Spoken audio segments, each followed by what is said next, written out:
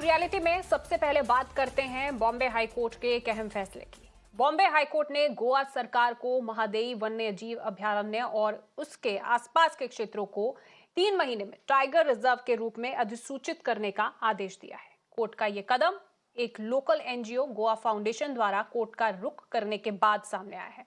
Bombay high court की गोवा पीठ ने अपने 90 पेज के आदेश में एनटीसीए की सिफारिशों को नजरअंदाज करने के लिए गोवा सरकार को फटकार लगाई और कहा कि ये सिर्फ सलाह नहीं है। अदालत ने बाघ संरक्षण योजना तैयार करने और इसे एनटीसीए को भेजने के लिए आवश्यक कदम उठाने का निर्देश दिया।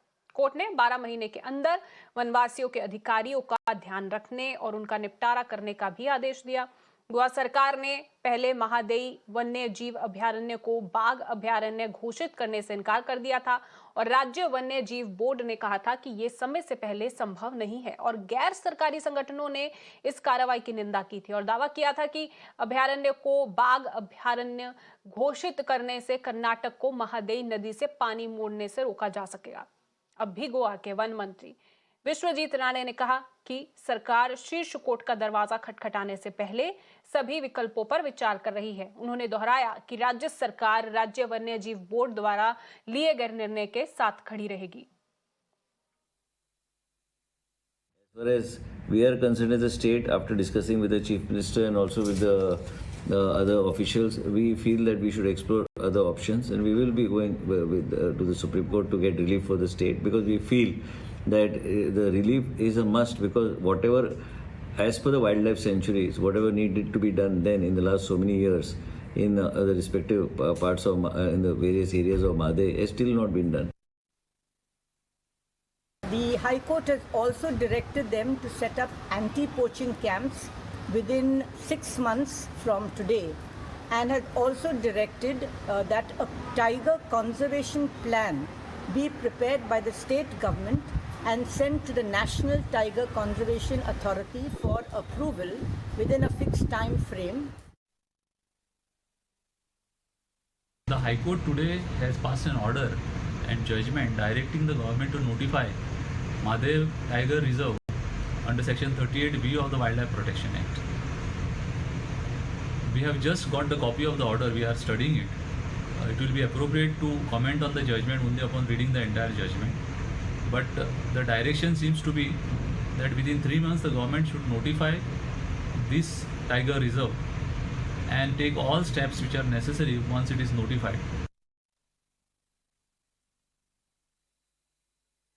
तो ये बॉम्बे हाई कोर्ट की गोवा बेंच का एक अहम फैसला है जो कि टाइगर्स के लिए खड़ी हो रही है, उनके हक की बात की है और टाइगर रिजर्व रखने की बात कही जा रही है, वो भी महादेव का पूरा एरिया और उसके आसपास के क्षेत्रों के लिए। और इसी पर चर्चा के लिए मेरे साथ इस वक्त जुड़ चुके हैं तपन आचार्य जी, जो कि एक्टर और राइटर हैं। इसी के साथ ही कामना पांडे जी कुछ ही देर में जुड़ेंगे हमारे साथ, जो कि एनिमल राइट्स एक्टिविस्ट हैं।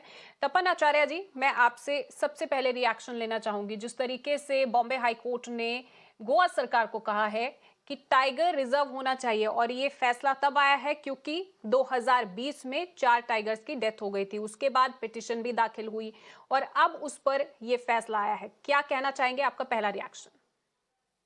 फर्स्ट एंड फॉरमोस्ट हम तो माननीय कोर्ट का जो डिसीजन है, निर्णय है, उसको हम रिस्पेक्ट करते हुए ये कहना चाहेंगे कि जो फैसला सुनाया गया है उसके ऊपर तो हम कुछ बोल नहीं सकते, बट अदर देन दैट हम उसके ऊपर ये कहना चाहेंगे कि हमारे यहाँ जो टाइगर रिजर्व एरिया जिसको नोटिफाई की जा रही है, उसमें लगभग टाइगर के साथ फॉरेस्ट और फॉरेस्ट के साथ ट्राइबल समुदाय के साथ ही बाकी के जो लोग वहां पे रह रहे हैं, जो 15 से 18 हजार लोग हैं।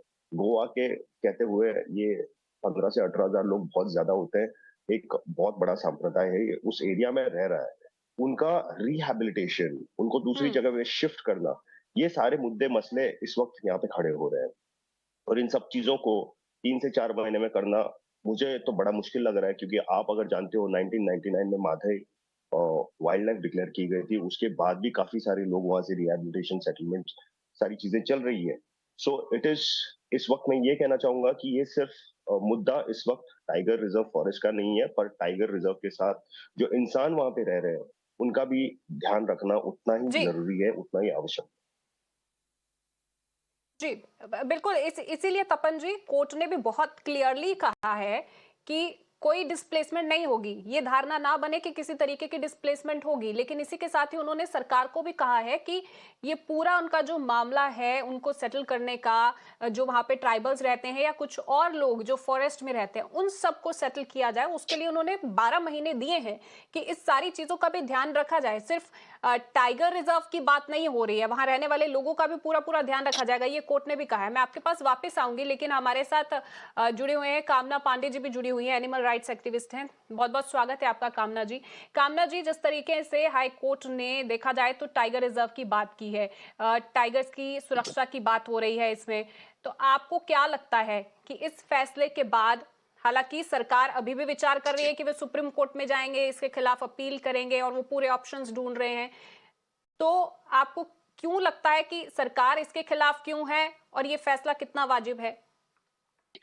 Ma'am, we have to see that it is not something, जैसे अभी पैनलिस्ट ने बोला कि बहुत कम समय है, हमें थोड़ा और टाइम चाहिए। The first recommendation came in 2011, then NTCA की सेकेंड रिकमेंडेशन आई 2016 में, फिर 2020 में आई। Do we really were we waiting for a high court to give us an ultimatum and then we will start working? Because जितने भी मानक हैं, जितनी भी रिकमेंडेशन, बहुत डिटेल्ड रिपोर्ट दी है एनटीसीए ने, कारण बताए हैं, बहुत सारे उन्होंने डिटेल में एक्सप्लेनेशन दिए हैं कि आखिर क्यों इसको डिक्लेयर करना चाहिए। The only reason that I see dilly dallying and all, we all understand how governments work, but what I feel is the only clash between your development, the human greed, and what you see as animal love or environment love, which is taken as कि इन्हें बस जानवर से प्यार है, इस कारण से कह रहे हैं। Why we can't understand that इसमें ह्यूमन सस्टेनेंस बहुत इंपॉर्टेंट है। जो हालत हम देख रहे हैं हिमाचल की, पूरे देश में ही जो हम देख रहे हैं, has it happened just without any interference with nature? No, it hasn't.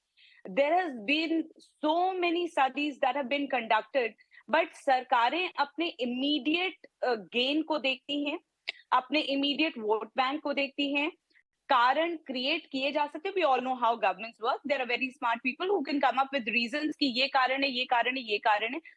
कोई भी including court, no activist, no court is against tribals, nobody is against humans, but we understand that इंसान का सस्टेन करना फॉरेस्ट पे depend करता है, tigers पे forest depend करता है।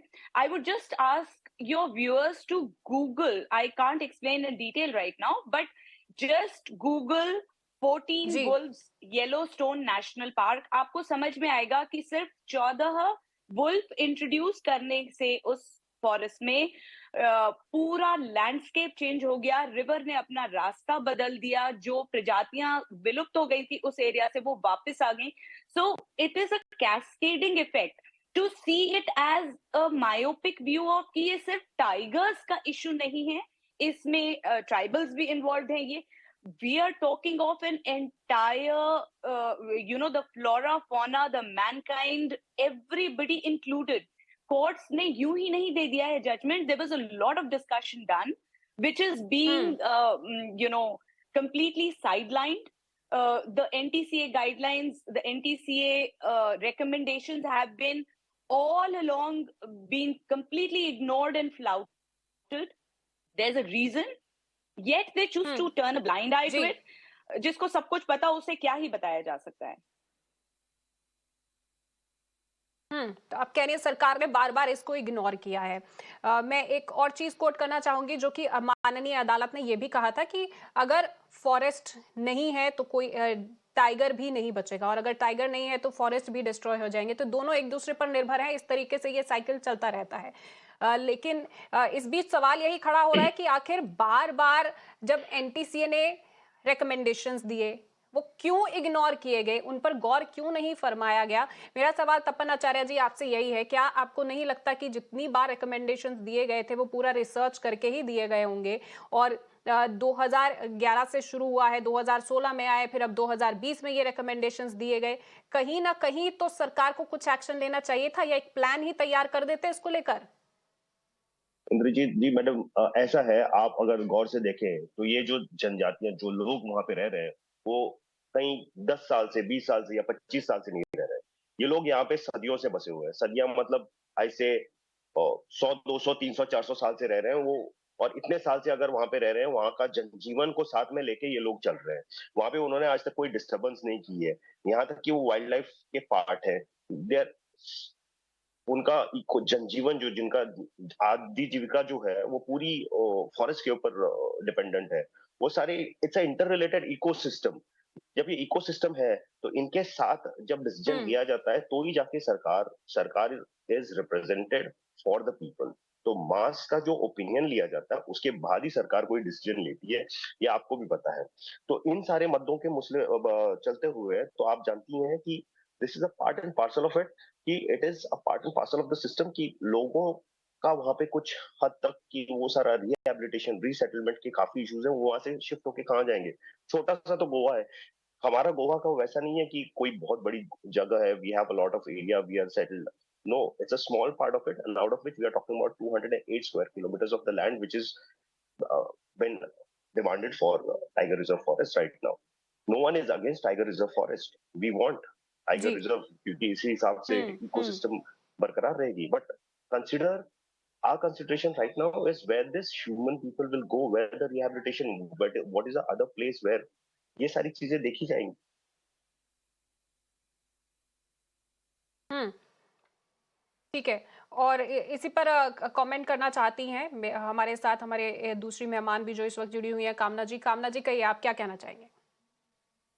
मेरा सवाल तपन जी से है। तपन जी, ये जो भी आपने बताया, इट इज वेरी ट्रू कि ट्राइबल्स बहुत टाइम से वहां रह रहे हैं, उनकी जनरेशंस रही हैं। बट क्या ये, एक सवाल कि क्या ये पहली बार कंट्री में रिहैबिलिटेशन हो रहा है? दूसरा सवाल, क्या 12 साल सफिशिएंट नहीं है? आपको और समय चाहिए? और अगर 12 साल सफिशिएंट नहीं है तो क्या 12 महीने में हो जाएगा, या आपके हिसाब से कितना समय चाहिए? क्योंकि जो एरिया आप बता रहे हैं, लॉजिकली स्पीकिंग, गोवा को एक्सपैंड तो नहीं कर दिया जाएगा, मतलब लैंड तो नहीं ऐड कर दिया जाएगा। तो जो आप सोल्यूशन देखेंगे, या तो आपने कोर्ट में भी ये बात कही है, आपने कोर्ट में भी ये बात बताई है, कोर्ट ने उसका संज्ञान लिया, लेकिन अगर आपकी बातों में तथ्य होता तो कोर्ट उस पे कहता ना।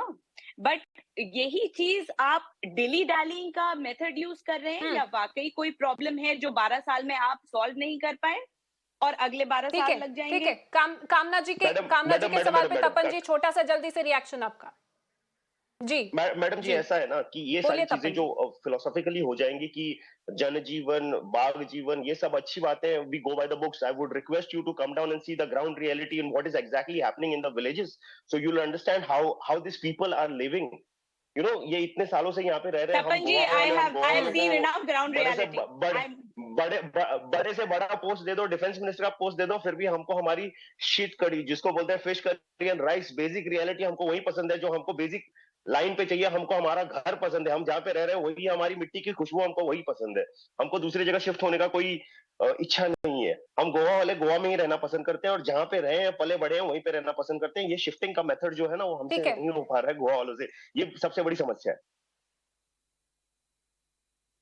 ठीक है। बहुत बहुत शुक्रिया आप दोनों का चर्चा में जुड़ने के लिए। कामना जी, आपका भी शुक्रिया, और तपन जी, आपका भी बहुत बहुत शुक्रिया।